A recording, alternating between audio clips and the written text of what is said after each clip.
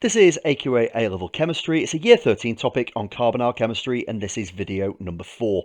In this video, we're going to focus predominantly on esters. We're going to look at their formation and their hydrolysis. We're also going to need to consider quite a lot of what we already know and need to know more about carboxylic acids as well. So, first task here, I'm going to recommend you pause and have a go at all of them as you go through, is to think about what partial charges exist on the carboxylic acid that we see below. And it's important you think about the whole molecule. The C double bond O bond, the O is more electronegative, so that's definitely delta negative, the carbon is delta positive. But that's also going to be true for the C single bond O, and it's also going to be true that there will be a dipole on the OH. So we need all of the ones that we can see here. Let's move on and think about what a carboxylic acid might be attacked by, and having a go at an equation to show how carboxylic acid acts as an acid. So it will be attacked by nucleophiles, and that's due to the delta positive carbon, and that's going to be really important as we go through the next video as well, actually the entirety of this topic. In terms of an equation to show carboxylic acid acting as an acid, well, the easiest way to show that is to react it with an alkali. So I'm going to react it with sodium hydroxide here.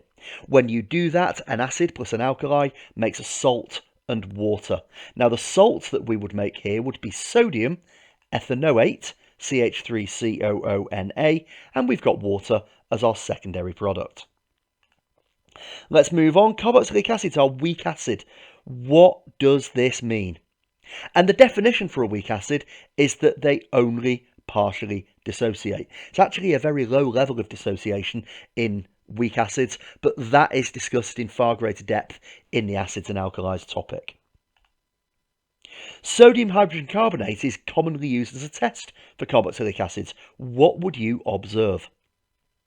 So to answer this, it's relying on you knowing that a metal carbonate or metal hydrogen carbonate with an acid will make a salt, water, but it will also make carbon dioxide. Because we're making carbon dioxide, we will see effervescence. We could take that a step further forward. We could bubble the gas that's produced through lime water, and because it's carbon dioxide, we would expect it to go cloudy. The equation for this reaction, well, here's our acid, here's our metal hydrogen carbonate. The salt is going to still be sodium ethanoate, but we're also going to have H2O and CO2 on this occasion.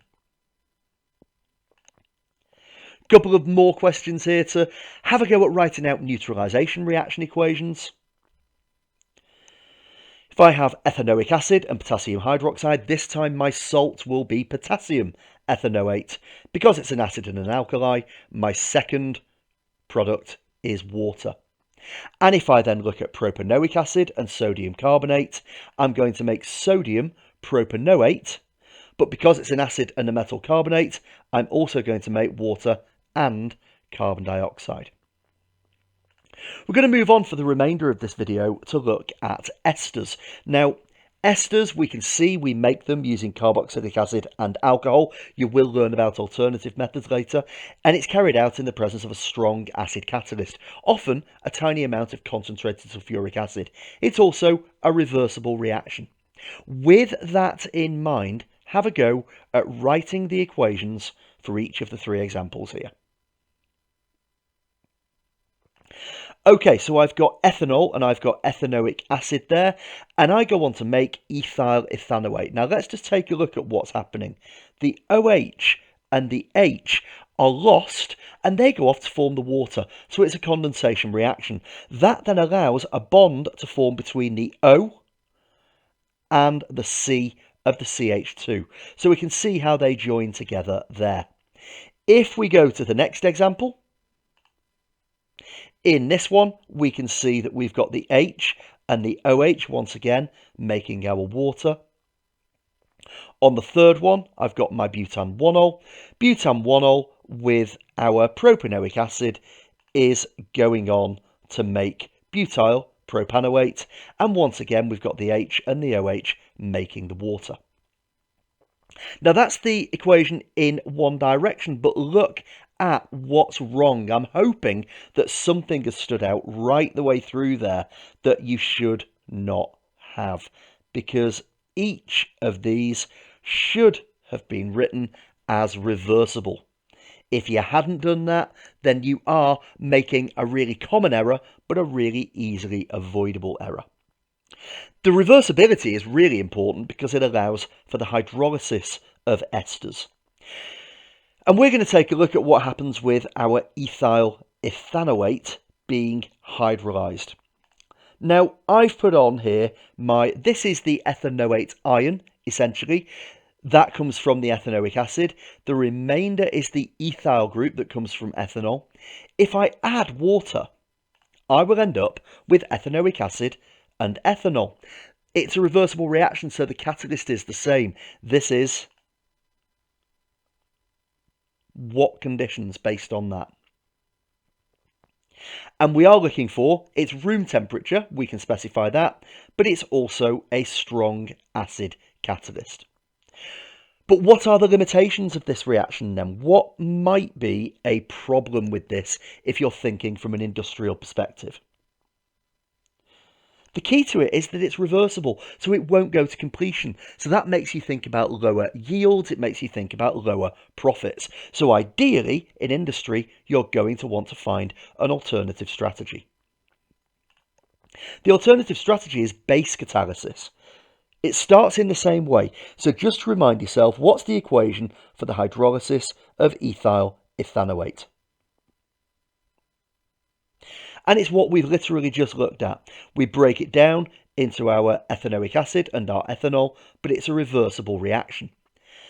However, if we add NaOH, it will react with the ethanoic acid, and it will give us sodium ethanoate, and that will also provide us with water. Now that means it's not a reversible reaction anymore, because the ethanoic acid isn't available to convert back to the ester.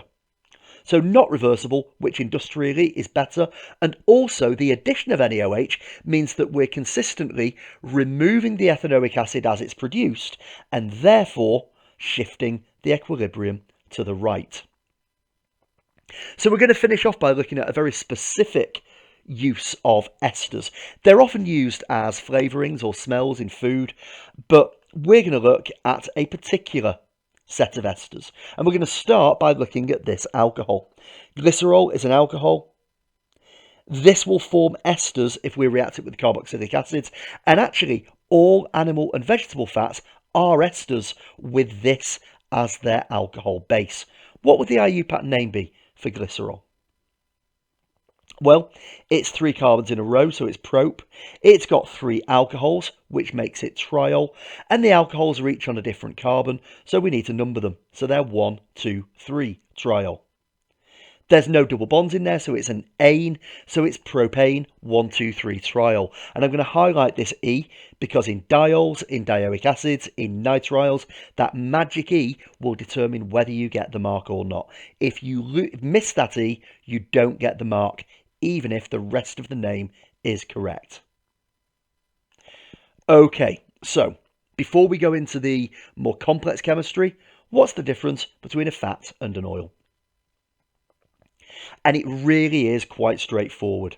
Fats are solid at room temperature, oils are liquid at room temperature. Slightly more complicated now.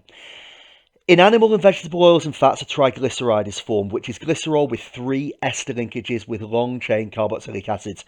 For simplicity, we're going to put that long carbon chain as an R, an R dash, and an R dash dash. What will it look like? Well, I'm going to start off by drawing out propane 1,2,3 triol or glycerol, but we're not going to have the H's on there. Instead, we're having the ester linkages, and then from the ester linkages, we are going to have our R, R dash, and R dash dash. And remember, they are long chain carboxylic acids. Now let's think about one of those animal fats or oils. And we're going to take a look at what happens if you take one of those triglycerides and react them with NaOH. So I'm going to give you a specific triglyceride. You can see here that rather than the R dash, and the R dash dash, we've got a very long carbon chain. It's 13 carbons on the end of this carboxylic acid end of the triglyceride. Now, how many NaOHs am I going to need to add to actually hydrolyze this? I've got 3 linkages, so I need 3 NaOH, and it's with an OH minus catalyst. That's going to give us the glycerol, the propane 1,2,3 triol, and it's going to give us the 3 separate chains that we see here. And what you can see is that we have got sodium carboxylate salts. Now, what we're actually looking at here is basically biodiesel. And we need to think about what we need to know about biodiesel. It's made from crops, so it's renewable. Now, for that reason, lots of countries have started to move towards this rather than reliance on fossil fuels. In Germany, there are lots of places you can just get hold of biodiesel for your car. Some people make their own from fat that they've used in cooking in the home. In France, there are laws that specify that a certain percentage of fuel that's sold must be biodiesel to remove the reliance, as I say, on fossil fuels. So as an example, one way that we might get biodiesel would be to use rapeseed oil. Final bit here about glycerol. What do we think the strongest intermolecular forces are? And what do we think that would mean about its solubility? Well, key to this is we've got OH bonds, and that should immediately make you think an H bonded to an O, it has hydrogen bonding. And if something has hydrogen bonding, it's going to be very soluble in water. Just to finish off, a few different uses of glycerol. It can be used in ointments and creams to stop them drying out because it's hydrophilic. It can be a solvent in a lot of medicines. It can be a solvent in toothpaste, in the food industry, food colorings, and also in plasticizers. So in cellophane, for example, you might have glycerol that keeps it flexible. But eventually, because of its volatility, it does get lost. And that's why over time, cellophane or that sort of plastic wrapping can get quite brittle. That takes us to the end of this video. Thank you for listening, and goodbye.